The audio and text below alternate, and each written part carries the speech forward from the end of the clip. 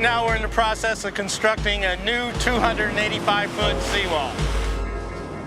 The existing seawall, which was built in the 1930s, will be replaced and used to anchor a new 285-foot seawall. Excavation to the depth of the footer is done to determine ground composition. And it's sheet pile constructed. A sheet pile is a steel piling, and it's 25 feet long. Like I said, 2'6" wide, and it's driven into the ground, acting as a wall.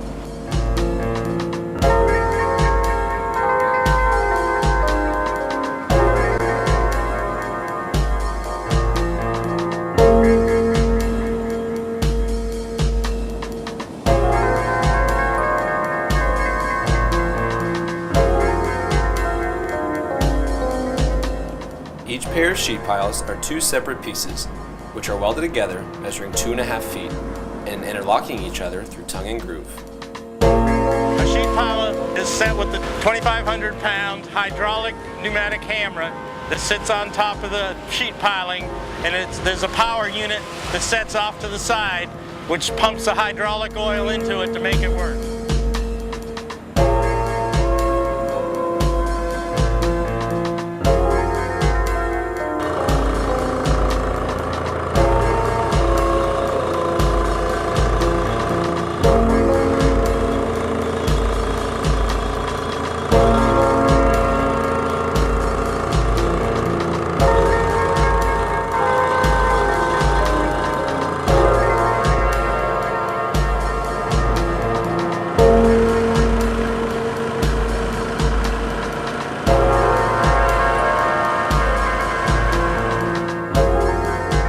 The pile are 25 feet long.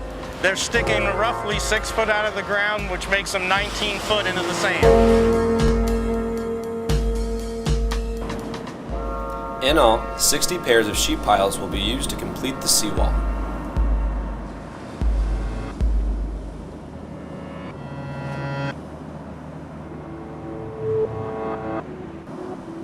The footer at the bottom, they dig out and they have to work with the tides, so it's at low tide.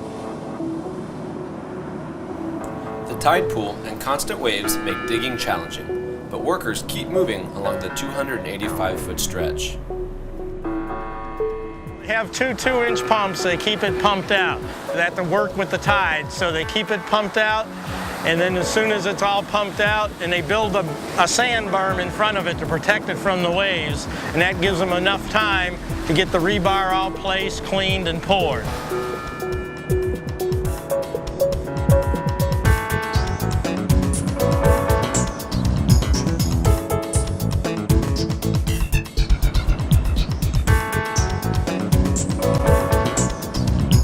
In order to create structural stability, rebar cages are fabricated and tacked to the outside of the sheet pile, which will later become the outer wall. They dig it out, and they form it with a steel form, and then they pour that and strip it, and then move it, and they were getting roughly 50 foot a day.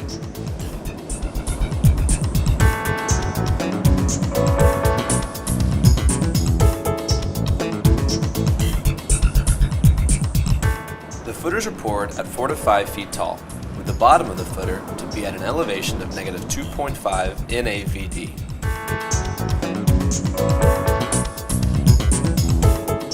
Each 40-foot section consisted of 12 cubic yards of concrete. The soil grout anchors basically hold the wall stable.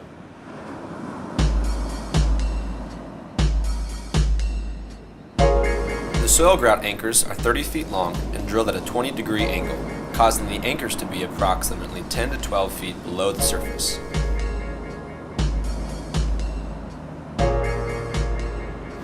It's a steel rod encased within PVC tube, and then they fill it full of grout.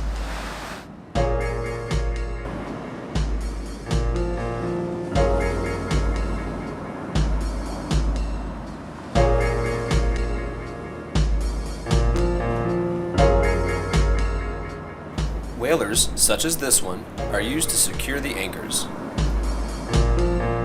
And at the end of it, they put about a 6x6 plate and a nut, and they tighten that up and then they measure how much that anchor pulls out of the ground, and there's certain criteria how much it's supposed to have been moved. And then after it passes the test, they take it loose, they tack the washer and the nut on it, and it's poured in the beam. Well, now that the sheet pile are all formed, as you can see in your picture, they build a platform all the way around it, and that supports the beam forms. Rebar cages are also used to reinforce the structural stability of the beam form. It's formed like a beam on a house or in a high-rise or anywhere else. It has snap ties through it that holds the plywood sides in place. It's anchored to the sheet piling with studs that are welded to the wall to hold it in place, and then cleats across the top, and then they pump it full of concrete. Okay, once the cap is poured, they shotcrete the rest of the way down, and that is done by putting vertical forms to control the depth of the shotcrete, and it's applied much the same way as gunite. It's a ready mix concrete, and then it's pumped onto the wall pneumatically with a nozzle, and then it's done in layers and they trowel it off. Approximately 150 yards of shotcrete was used to complete the face of the seawall. The way they finally finish it now is they grind it, patch all the air holes in it, and make it look presentable like it's been plastered. When the project is complete, a smooth, seamless seawall will be the result. The new seawall is poised to last another 80 years, much like its predecessor.